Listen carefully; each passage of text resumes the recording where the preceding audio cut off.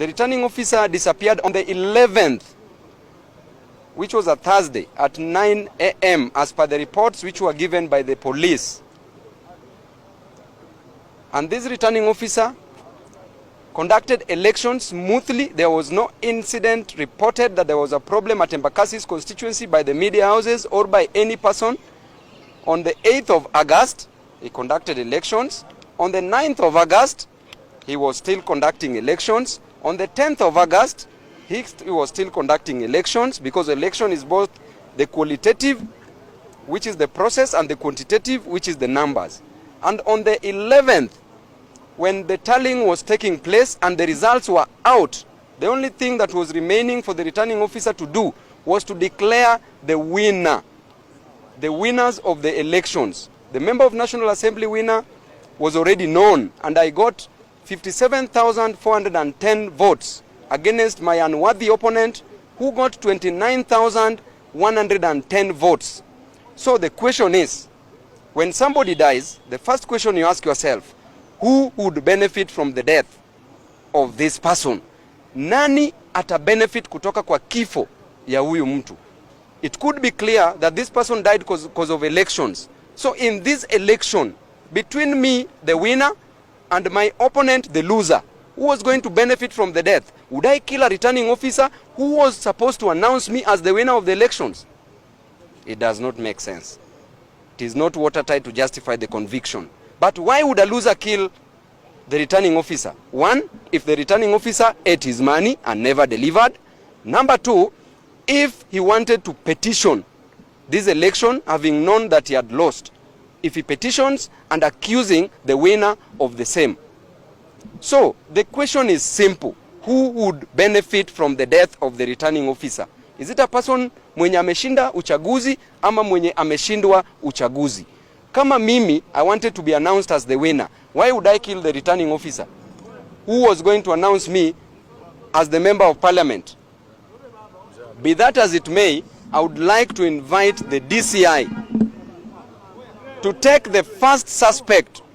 The first suspect who issued a statement this morning concerning the death of the returning officer. Because this is a serious matter, and this returning officer, when you heard on news yesterday, some of the family members said that this person might have been killed just the day when the presidential elections were announced, were declared. So it is clear. And the person who was declared there is Ruto. This opponent comes from UDA. So this thing, you just add 1 + 1, you get 2. It is very clear.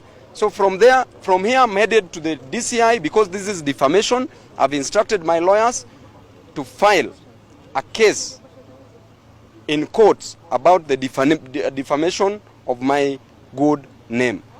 Na tumeona Mheshimiwa Mureithi ambaye alishindwa akisema kwamba Mheshimiwa Babu ndio aliua returning officer. Tunataka kushutumu hiyo mambo kwa njia ya juu na kusema acha hizo propaganda, kwa sababu unaposhindwa uchaguzi unakuwa na machungu, na hiyo machungu yake yanafaa kupeleka mahali pengine, si kuleta propaganda ya kwamba mtu ameua mtu mwingine kwa sababu ya uchaguzi.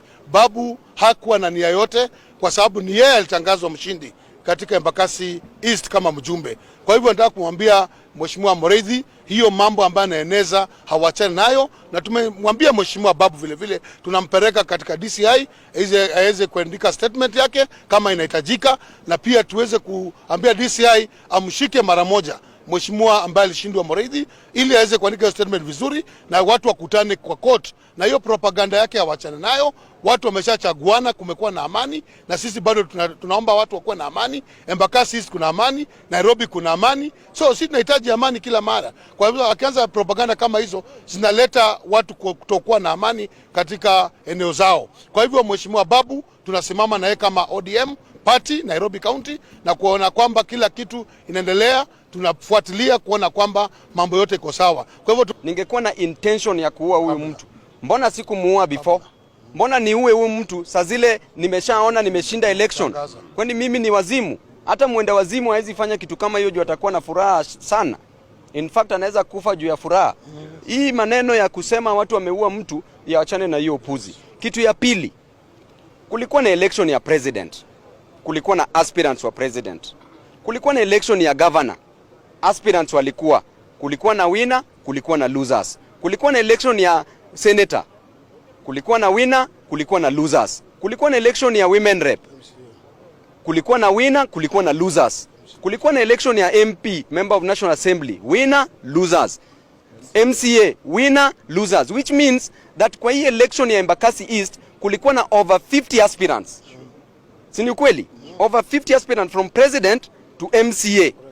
Mbona ni Babu Owino ndio wana point ameua mtu, na Babu Owino ndiye alipata the highest number of votes kushinda election ya president, kushinda ya governor, kushinda ya senator, kushinda ya women rep, kushinda ya MCS. So hii upuzi huyo jamaa achane nayo. Mimi maneno ya koti, kama nataka kwenda election petition, alinipeleka kotini 6 months, alinipeleka high court 6 months, court of appeal 6 months, supreme court, bado tukutane na yeye hiyo kotini. Nilikuwa awarded cost of 10 million Kenya shillings. Sijawahi muomba, nilimsamea. Hiyo 10 million alifaa nilipe. Ningeenda kotini hata ange contest, but because nilijua niko na unworthy opponent, nilisema huyu ni kukanyaga tu, kama ni kukula ndouma. Beating Muredhi was as easy as snatching a lollipop from a baby. Asante sana.